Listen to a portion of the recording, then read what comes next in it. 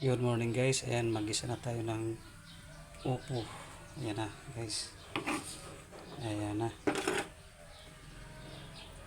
lagyan natin ng sibuyas, bawang at kamatis. Ayan na guys, welcome back to the cooking show with Don. So lagyan na natin yung upo. Yan, pagalo-aloin lang isa. Lagyan natin magic sarap baka naman.